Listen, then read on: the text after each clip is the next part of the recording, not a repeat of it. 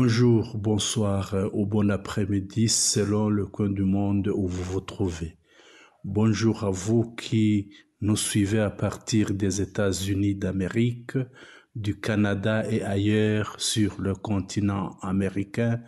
Bonjour en Europe, bonjour en Asie, bonjour en Océanie. Bonjour à vous qui êtes dans la région des Grands Lacs. Bonjour au Burundi, bonjour au Rwanda, bonjour à Goma, à Rutshuru, à Kanyabayonga, à Kichanga, à Mweso, à Gashuga, à Karembe. Bonjour à Mushaki, à Matanda, à Kagundu, à Rubaya, à Bweramana, à Kiroche, à Sake, à Bihambwe, à Gatare, à Kasehe, à Kitsumbiro, à Hutwe. Bonjour à Ruovu.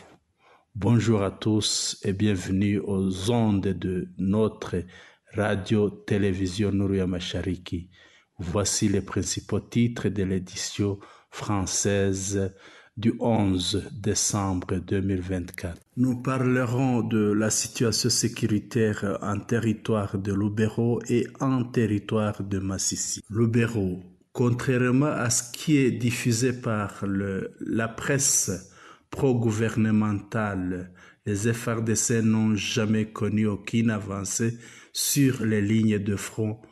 En voici un témoignage éloquent. Je cite: « Mon cher frère, disons-nous la vérité et oublions la propagande. La position de l'ARCM 23 à Luofu se trouve à proximité en haut du bureau du chef de localité, tandis que la coalition gouvernementale est au niveau du quartier Kanzanza à la route allant vers Moivignois. Il n'est pas vrai que les FARDC aient repris Luofu.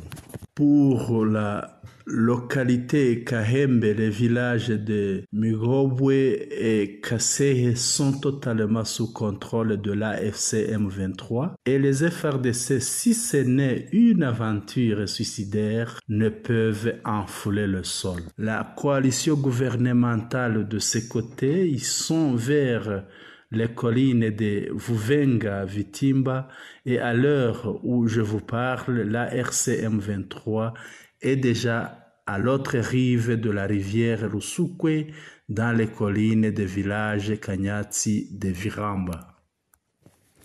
Du côté Kikuvo, la RC occupe Katwa. Ne soyons pas biaisés, c'est à partir de Kitobindo que les FARDC larguent de bombes qui tombent vers Kaina et à partir de la colline Ngekeni que la même coalition largue des bombes vers Kirumba. Mais au vrai dire, les FARDC ne peuvent en aucun cas arriver ni à Kaina ni à Kirumba. Jusqu'alors, la RCM 23 n'a pas encore perdu même 1 centimètre de terre libérée. C'est aux FARDC de dire à leurs amis d'à 2000 km, entendez Kinshasa donc, et ses environs, de cesser de mentir aux touristes, M. Tshisekedi Félix. Ils mentent pour justifier des millions de dollars de fonds alloués au combat. Voilà la réalité, rien que ça. Une autre preuve de mensonge des FARDC et alliés a né que les autorités civiles et militaires de la FCM 23 en la date du 10 décembre 2024 ont effectué une visite à Kirumba et pourtant les FARDC se disaient être aux portes de cette cité. Dans son discours de circonstance, Corneille Nangaa a déclaré que la FCM 23 va libérer la République démocratique du Congo entière. En la date du 10 décembre 2024, circulait une vidéo montrant le porte-parole militaire de la FCM 23, le lieutenant-colonel Wiringoma, en train d'interviewer 3 des éléments FARDC capturés par la RCM 23 aux lignes de front de Lubero. Suivez la vidéo. Chers compatriotes, nous sommes à Kanyabayonga le lundi 9 décembre 2024 avec les capturés des FARDC. le colonel Wilingoma va bientôt vous le présenter. Mon colonel. Merci beaucoup. La coalition gouvernementale est venue attaquer nos différentes positions et bombarder même la population civile. Et de ce quoi, ils sont faits prisonniers de guerre et ils vont pouvoir se présenter eux-mêmes. Présentez-vous. Moi, c'est sergent-major Kota Alexis. J'ai 45 ans. Fils de Kota et Mwanza. Mon unité de provenance. Originaire d'où? Originaire de Kassai. Ok. Mon unité de provenance, c'est 2103. Votre commandant compagnie? Capitaine Akwazo Dieudonné. Votre commandant bataillon? Major Sengiumba. Votre commandant régiment? Colonel David. Ok. On vous a arrêté où? Je suis capturé à Miobo. À Miobo. Vous venez d'où? Votre régiment a quitté d'où pour aller où?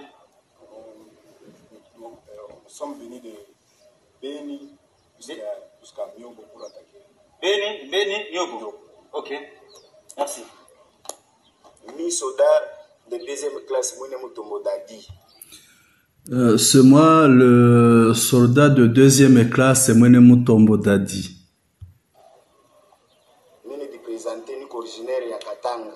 Je suis natif de Katanga. On a quitté Beni. Arrivé à Kassé, c'est là que j'ai été capturé. 21-0D. Commandant régiment Nana. Commandant régiment, colonel Bigay. Ok.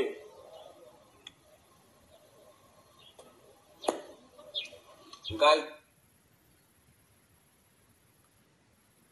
deuxième classe Mbereka moi Ezaï.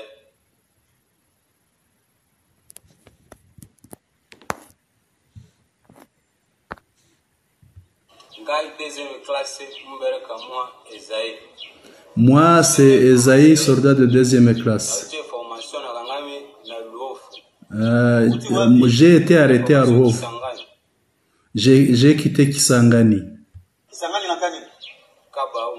J'ai quitté le camp Baoma.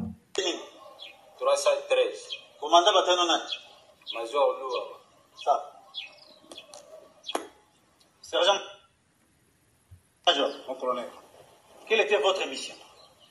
Notre mission était de récupérer toutes les zones occupées par les M23 avant la rencontre du président Tshisekedi et du président Kagame.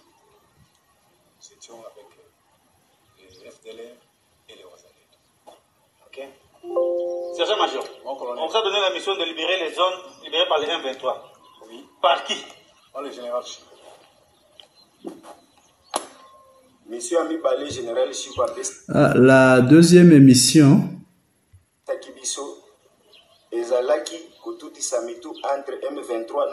C'est de semer une mésentente entre la RCM 23 et la population. Et c'est pourquoi nous avons commencé à larguer des bombes dans les endroits densément peuplés. Ok, ce que vous avez vu aujourd'hui, nous avons montré au monde entier. La coalition gouvernementale est venue attaquer la population civile, lancer des bombes là où il y a la population civile et attaquer simultanément nos différentes positions militaires. Et nous les avons capturés. Merci beaucoup. Voilà, c'est ça la vidéo, ça le contenu, un peu de mots. Ils sont à 3 qui ont été capturés, 3 éléments FARDC qui ont été capturés. Ils avaient la mission de récupérer les entités libérées par la RCM 23 et en plus s'aimer une mésentente entre la population des entités libérées et la RCM 23 en larguant des bombes dans les endroits, aux endroits peuplés. En plus, ce que nous aurons entendu dans cette interview des capturés, il y a des commandants d'origine rwandophone. Vous avez entendu quelqu'un appeler un commandant dénommé Sengiumva. Sengiumva, c'est un Rwandais. il serait probable que ce Sengiumva serait soit un élément FDLR, c'est très probable. Passons maintenant en revue de la situation sécuritaire en territoire de Massissi. En la date du 10 décembre 2024, il n'y a pas eu d'affrontement et un calme précaire régnait sur l'étendue du territoire de Massissi. Seulement, on observe des préparatifs de guerre de deux côtés, du côté de l'ARC M23 et du côté de la coalition gouvernementale. Auditeurs et auditrices, nous voici à la fin de notre bulletin d'information. Nous vous remercions pour votre aimable attention. Le nouveau, n'oubliez pas de presser sur subscribe qui s'est fait une fois pour toutes. Pressez sur like qui s'est fait une fois pour toute émission. Partagez aussi notre édition à vos connaissances en pressant sur Share pour partager et faites-nous vos commentaires. Merci, bonne journée. Vous étiez au micro de cette âme.